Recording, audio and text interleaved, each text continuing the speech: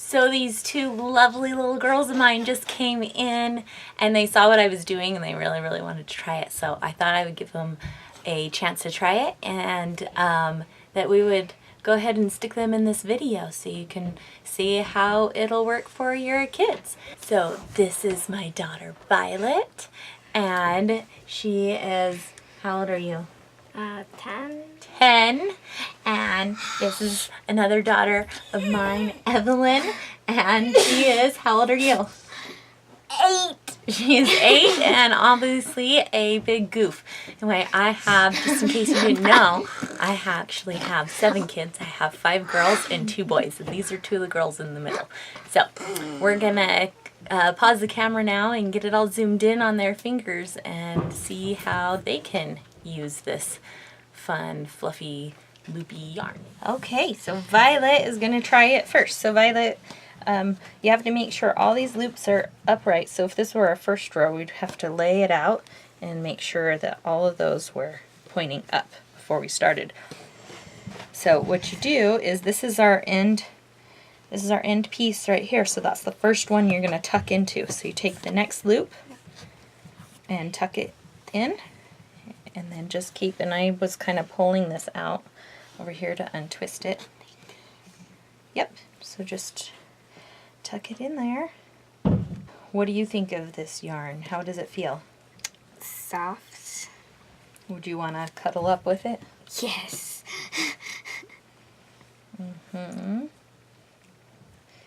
What kinds of things can you think of that you think you could make with this? What kind of projects? A blanket. Pillows. Would you want a sweater made of it? No. How about a poncho? That could be cool. I don't know. I could see a poncho type sweater. Do you like it? Yeah. Because Violet actually knows how to knit. So what do you think of it compared to knitting? It's faster. Faster. Well, it's also a lot bigger yarn.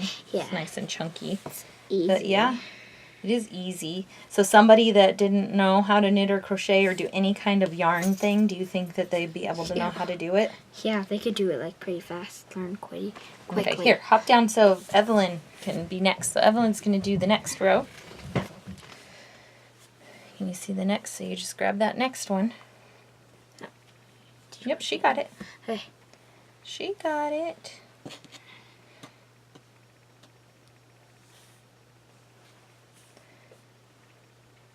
So yeah, we taught Evelyn to knit about a year ago. I don't know. Have you finished a project yet with knitting? I don't know that you have, but No. But you know how to do the knit stitch. Have we taught you to do the purl stitch? No. No, not yet. Do you want to learn? Do you want to keep learning how to knit? Well, we'll have to work on that then.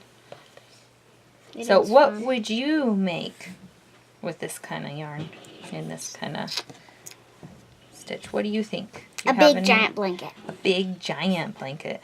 Like one. All of it and make a big strip and then grab more and attach it to this and make another big strip to make it a blanket. Oh, that's a good idea, use Evelyn. other colors. Oh, that's a really good idea. So you understand So she's like a meaning, quilt. yeah, where you just do the strips and then attach the strips together. You are a very creative mind. I like it. So I was just going along here and I took note of something. At some point, either I or the girls missed one of the edge stitches on the side, and so this is lower than the rest, and I'm going to see if I can fix it, and this could be another perk to doing this type of project. I'm going to see here if now, so here I am to the stitch that's lower, and it's just one stitch under, so I'm going to see if I can put 2 there and if that messes it up. So now it's even with that one, and now I can start again to go across this row. So I'm just going to do a couple of stitches here, and then we'll turn it and look at that corner and see if the shape is okay, so that you can know if you find a mistake how that works out. Okay, do one more. Alright, so no, I think that works okay. I can tell it does do a little bit of a weird thing there, but because this yarn is so big and fluffy, I think it'll be okay. Like, I can tell that there's a little jog. It kind of goes in a little bit. So if you were making a big project like a blanket, I would probably undo and go back to that point, because I don't know that you would want that there. But this is going to be like, I don't know, a big scarf or cowl or something, and I don't have a huge investment into it, so we're just going to keep going along. I got to the end of this loopy skein of yarn, and I was trying to figure out how I should finish this off. Now I did, I started with 12, I think. Let's go back and make sure. 1, 2, 3, 4, 5, 6, 7, 8, 9, 10, 11, 12. Never mind, I'm counting that totally wrong. Okay, I better go to the front. Okay, so, oh, there we go. 1, 2, 3. I was counting between as well. 4, 5, 6, 7, 8, 9, 10, 11, 12, 13. Okay, good. I did start with 13. I thought I had started with 12.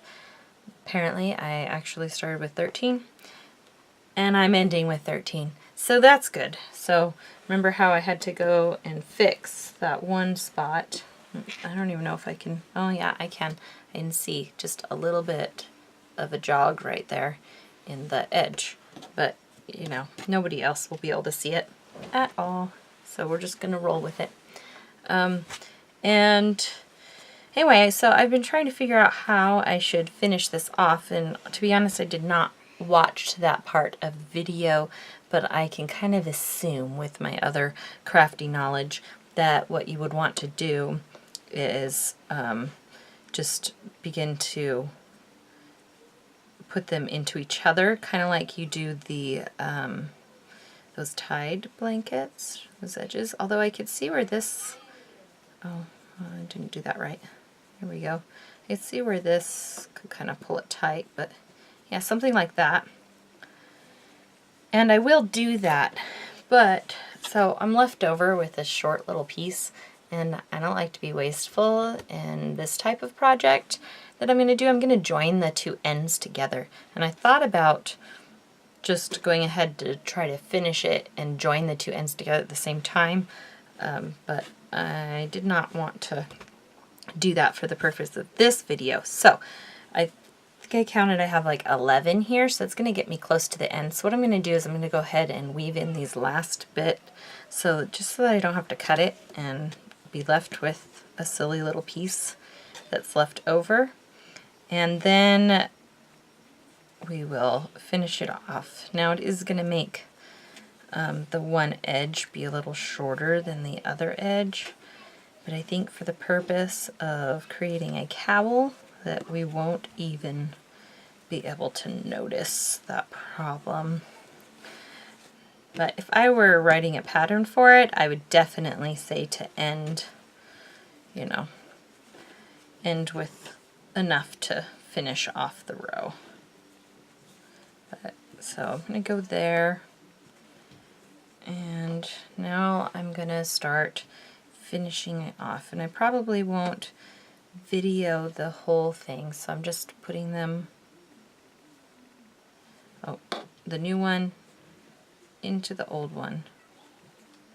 So stitch to the right into the stitch on the left, or if you were going the other direction, then it would be the opposite. So I'm just going to finish this off. Alright, so I got all the way to the end and I'm left with a single loop. And I decided, like I said, I did not watch the official thing at all, but I decided a good thing to do would be just to cut this loop. And then I'm going to put it under inside through one of the other loops, and I'm going to tie it. Give it a tie here in a knot, and there's not much to work with there, but oh, I broke. And then I'll just tuck that in there, and if you were worried about it coming undone, you could stitch it down, which I'm going to be stitching the two ends of this project together, so I'm not going to worry about it. Alright, now we are ready to measure and see how much we got, how much yardage we got out of this yarn. Just to remind you, it is called the Bernat Alize Blanket Easy yarn. There it is. And I just picked it up at my local